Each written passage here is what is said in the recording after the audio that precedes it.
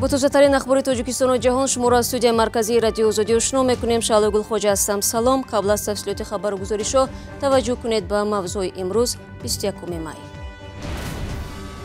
دفن کشته شدگان آشوب در زندان وحدت. جسد بهروز گلمرود را به پیوندان نشان ندادند. مراسم جنازه ستار کریموف 13 بود. روز چهارشنبه هم که در ماه رمضان افطار داشتند. گفته بودن خبررسان ما کرده بودن که روز چهارشنبه افطار داریم، یک خبر ما گیری نمی‌جدا. وقتی پزشک گناهگار است. در پاکستان پزشک باعث آلودگی صدها کودک به ویروس نورسایی مسئولیت بدن شده است. مردم میگویند آنها در آینده نمیتوانند عایله دار شوند، زیرا انگیزه سپید به کودکانشان انتقال می‌یابد. من 5 طفل دیگر دارم، نمیدونم چیکار کنم. بزرگ نمور که بهار می آید، مهاجران را از مناطق دوردست تاجیکستان با وعده تامین بنگاه طبی و مکتب و نیروی برق به شهر توس کوچاندند. با گذشت 9 سال از این 3 وعده مقامات تنها سیمچوب‌های خط برق راست شدند و خلاص.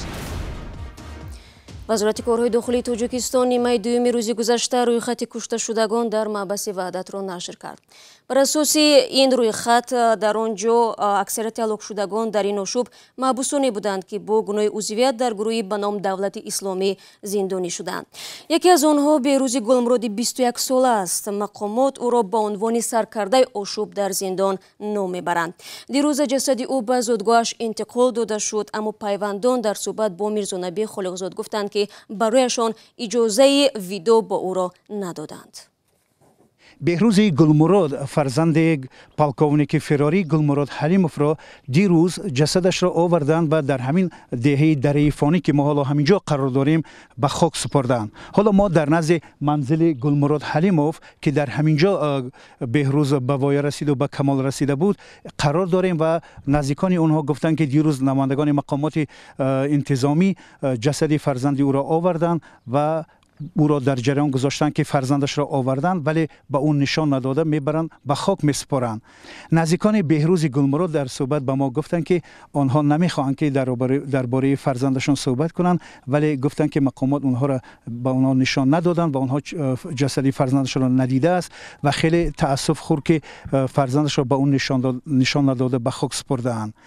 بهروز گلمرود 2 سال قبل از طرف دادگاه عالی تاجیکستان برای 10 سال روانه زندان شده بود و طی این چند سال در زندان وحدت دوره جزای خودش را پس سر میکرد.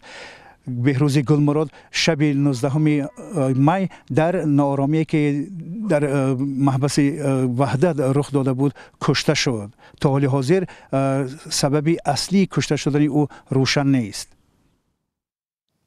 گزارش میرزا نبی خالقزاد بود. دیروز همچنین جسد یکی از دیگر هلاک شدگان در اسیان زندانیان وحدت به دست پیوندانش سپرده شد. مراسم دفن ستار کریموف معروف با نام مخصوم عبدالستار بعد از ظهر 20 می در محل زیستش صورت گرفت و او را در آرامگاه سریاسیاب به خاک سپردند. مراسم جنازه 13 را مقامات انتظامی نظارت می‌کردند. مقامات گفتند که گویا ستار کریموف را آشوبگران و طرفداران گروهی به نام دولت اسلامی کشتند. زرانگیز نوروشو و برادیو یوسفی در این باره گزارش دارند. جسد ستار کریموف معروف به مخصوم ستار که در آشوب شب 19 می در زندان کیرپیچنی واقع در شهر وحدت کشته شد، بعد از ظهر 20 می به پیوندانش در شهر دوشنبه رسانیده شد. پیوندان مرحوم مخصوم ستار گفتند ضمن شناسایی جسد در بدن او پی زخم کارد را دیدند و به نظر می رسد این زخم ها هم سبب مرگش شده است. در تناش زخم بسیار دیده میشید. همین اینجا هم پای کارد بودن، اینجا هم کارد داشتن، اینجا هم اجازه دگی بود. به قول پیوندان مخصوم ستار تا زمان وقوع حادثه اسیان در زندان مرحوم تقریبا 2 ماه به این سو در قسم طبی بستری بود. از 2-3 ساعت پیش به فکر خط پیش ایم حادثه شدن صحبت کرده بودیم. روز چهارشنبه هم که در ماه رمضان افطار داشتن. گفته بودن خبررسان ما کرده بودن که روز چهارشنبه افطار داریم، یک خبر ما گیری نمی‌جدا. ما هم خیال منجم دیگه که پدرمون آرام مقصد وقتی که با خودشون هم شب سنگچه زنگ زده بودن تو خیال منجم بود که مقصد پدرمون آرام بعد که صبح رفتیم دیگه اینا با سایت شما خبر دادن که پدرمون به شهادت رسوندن. دیگه هیچ دیگه. مراسم ویدا با مخصوم ستار در منزل زیستش در کوچه ابای محله معروف با یکم سویتسکی برگزار شد. در مراسم ویدا تعداد زیادی نزدیکان و پیوندان و همسایه و یار و دوستان شرکت داشتند. ترتیبات در مراسم جنازه را مقامات انتظامی نظارت می‌کردند. نماز جنازه مرحوم مخصوم ستار در کوچه نزدیک منزل زیستش با شرکت تعداد بزرگ نمازگزاران برگزار شد. همسایه ها در تعریف شخصیت مخصوم ستار از حرفهای نیک یادآور شدند. پدر من دو تا صغیره نگاه کردن خودشون از خونشون توی کردن برو آوردن، فقط یاردم میکردن، خوبی میکردن. من میگم کم بغل باشد آدم همسایه برو آوردن یگان یاردم میکردن. خوب بودن، جدا خوب بودن آدم. ستار کریمов عضو بلندپایه حزب ممنوع نهضت اسلامی تاجیکستان سال 2015 بازداشت و برای همدستی در تبادلات حاجی حلیم 26 سال زندان شد. حزب ممنوع نهضت اسلامی تاجیکستان این اتهام را ساخته می‌داند. عبدالرحیم ستار پسر ستار کریمов میگوید با مادرش باری آخر 9 اپریل سال روان با پدرش در زندان واخورد. وی گفت پدرش در صحبت از بحث با پیروان گروه‌های در داخل زندان یاد کرده بود. رو می‌ریم به موضوعهای دیگر. در پاکستان تشخیص خون در بدن صدها کودک ویروس نارسایی مسئولیت بدن و یا خود ویچ اسپید را آشکار کرده است. این هم در حالی است که والدین اطفال این بیماری را ندارند. مقامات در صورتیابی کودکان پزشکی را گناهکار دانستند که خود به این ویروس گرفتار می‌باشد. کای مرسیاتو موضوع را ادامه می‌دهد. طبیب یک دهه پاکستانی مسئول سرایت ویچ اسپید ارزیابی می شود. به گفته منصبداران تشخیص انگیزه ویچ اسپید در تن بیش از 400 ساکن این دهه و اکثرا کودکان ساکنان را به دهشت آورده است. خود طبیب با اتهام استفاده سوزن ناپاک متهم می شود.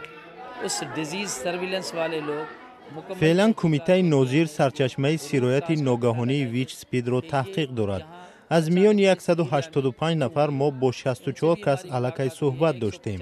تخمین می شود که در نزدیک به 40% حوادث استفاده چندین کرته سوزن سبب سرایت ویچ اسپید است.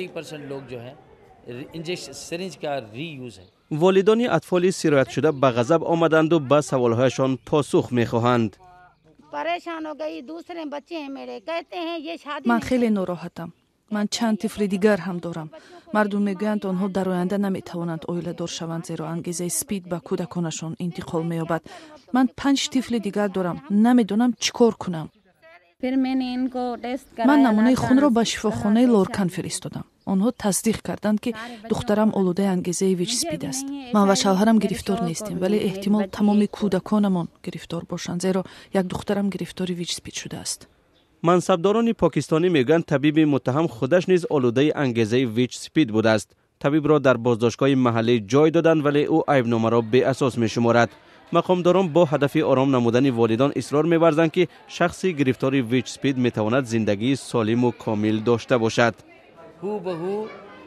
اگر فردی گرفتار دائما دواها را استعمال کند امکان دارد مثل بیمار قند و یا فشار خون زندگی آسوده داشته باشد. این حال به زندگی عائلوی هم دخل دارد. آنها نیز حتما بیماریشان را به کودکانشان انتقال نخواهند داد. کارشناسان از اوج سرایت ویچ اسپید در پاکستان نگرانند. آنها وضع ناسالم سانیتری و تجربه ناکافی را سببگار چنین حال مینامند. به گفته آنها بعضی از طبیبان با مقصد کاهش خراجات یک سوزن را چندین دفعه استفاده میبرند. شما برنامه خبری رادیو آزادی را تماشا دارید. یک نظرسنجی نشان داده است که میل مهاجرت توجیکان به روسیه به خاطر یافتن جای کار مثل پیشتر نیست. مقامات روسیه میگویند بیش از 1 میلیون اهالی توجیکستان در قلمروی آن کشور کار و اقامت دارند ولی جنوب توجیکستان این رقم را به تقریبا 9 میلیون نفر برابر میدونند. مومن احمدی با تفصیلات بیشتری همین موضوع. میل شهروندان تاجیکستان برای سفر بر روسیه با هدف کار کاهش یافته است. چنین آمده است در یک تحقیقات مرکز نظرسنجی ویتسیام روسیه. ناشر این خبر نشریه کامرسانت میگوید که تحقیقات بانک تجدید و رشد اوراسیا معین کرده است که مهاجران کشورهای خارجی دیگر به بازار کار روسیه به عنوان مکان شغل و درآمد زیاد امید نمی‌بندند. اگر سال 2015 53% شهروندان تاجیکستان روسیه را به عنوان مکان موقتی کار بررسی می‌کردند، سال 2017 شماری آنها تا 37% کاهش یافت. چنین کاهش در میان شهروندان مولداوا و قرقیزستان هم مشاهده شده است. این خلاصه ها را گزارش تحقیقاتی دیگری دانشمندان روس هم تصدیق کرده میگوید که در پایان سال 2018 در قیاس با سال 2005 جریان سفر مهاجران کاری به این کشور کاهش یافته در بازار کار کمبودی نیروی کاری احساس شده است. در همین حال برخی ناظران گفتند که سبب اصلی در آن است که بسیار مهاجران در اصل با نیت سبکتر کردن شرایط سفر و کار خود در روسیه به قبول شهروندی این کشور میل میکنند. از 10 oilaye که چند سال پیش به یکی از دهه‌های شهری توز کوچانده بودند تنها 4 خانواده باقی مانده است. اکثریت زندگی بدون شرایط سازگار در مکان نو را تحمل نکردند و به وطن بوبویشان برگشتند. باقی مانده ها تا به حال امیدوارند که بالاخره مقامات به وعدهشان وفا میکنند. امرین اولیموف با احوال مهاجران داخلی آشنا شد. سعوده در صنف 5 میخواند. فراغت باشد خواننده صنف 2 است.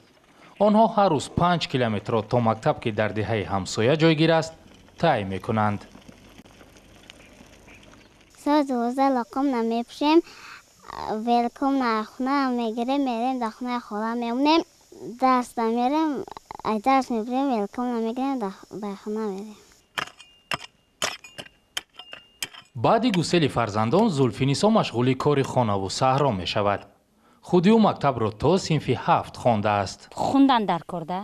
از دخترچه‌ام چی میکنم که نغز بخونه داخل شو کنم یگانجا. خشرو با بهای 5 بخونن تعدیشو میکنم. درساشون چی میکنم هر شب نگاه میکنم. داداشم کمکشو میرسونم، خدمم کمکشو میرسونم. زلفینیسا زاده ناحیه لخش است. 9 سال پیش با همراهی شوهر و فرزندانش مهاجر شده به ناحیه شهری توس آمد. دهه وطن جماعت دهات آبشاران ناحیه شهری توس سال 2010 چند از ساکنان ناحیه‌های بلندکوه شوراباد و مومن‌آباد و لخش و دروازه‌ونج را به اینجا مهاجر کردند و آن زمان مقامات وعده دادند که برایشان اینجا بنگاه طبی و مکتب بنیاد میکنند و خط برق میکشند. با گذشت 9 سال از این 3 وعده مقامات تنها سیمچوب‌های خط برق راست شدند و خلاص و خود برق هنوز به خانه‌های مردم نرسیده است. اینا برنامه لاموچکا خطی ما زندگی میکنیم. دخترچه‌ام مکتب خون دخترچه دارم و نمی خطی درساشون تیار میکنن. اکلومتر کهنه استفاده میبریم. تلویزیون گرفتن نمیشه و اکلومتر خطی. نبودی برق و مکتب یگانه مشکل ساکنان این ده نیست. حالت راهی که تا این ده میرسد ساکنان را مجبور کرده است واسطه های الترناتیوی نقلیات را جستجو کنند. سیاحت مرادова در مکتبی که فراغت تحصیل میکند معلم است. با فرق از فراغت او مهارت دوچرخه‌رانی ندارد. سیاحت 6 سال پیش از شهر کلوب به اینجا آمده است. زمین از حولگی نداشتیم و دعوا کردیم با حکومت نشید. بعد مهاجر شده و اینجا اومدیم برای همین 10 ساتی زمین مثال برای آباد کردن یک با مقصدی مثال آباد کردن یک گوشه و کناری همین وطن برای زندگی کردن. نفران احتیاجمند به مثل سیاحت را مقامات در ناحیه‌های شهری توز و ناصر خسرو و خراسان و قبادیان به زمین نزد حولگی تأمین میکنند و برای آغاز ساختمان منزل به آنها مبلغ هم میدهند. نبود شرایط عادی زندگی اکثر آنها را مجبور کرده است به وطن باباییشان به کوهستان برگردند. در بیشتر این خانه ها حالا کسی زندگی نمی کند.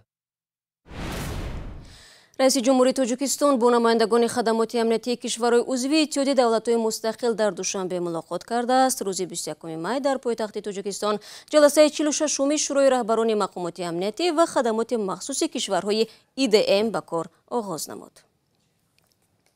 بینندگان عزیز، این مطلب آخر برنامه امروز بود، اما گزارش‌های ویدیویی از این بیشتر شما امکان دارید 24 ساعت در شبانه روز در آزادی ویدیو کانال ما در یوتیوب تماشا کنید. تفصیلات خبرهای امروز و دیروز و فردا در سامانه رادیو آزادی در نشانی www.azadi.org و صفحه‌های رادیو آزادی در شبکه‌های اجتماعی دسترس است. تا ملاقات بعدی که فردا می‌شود، خدا نگهداری هر یکی شما باشه.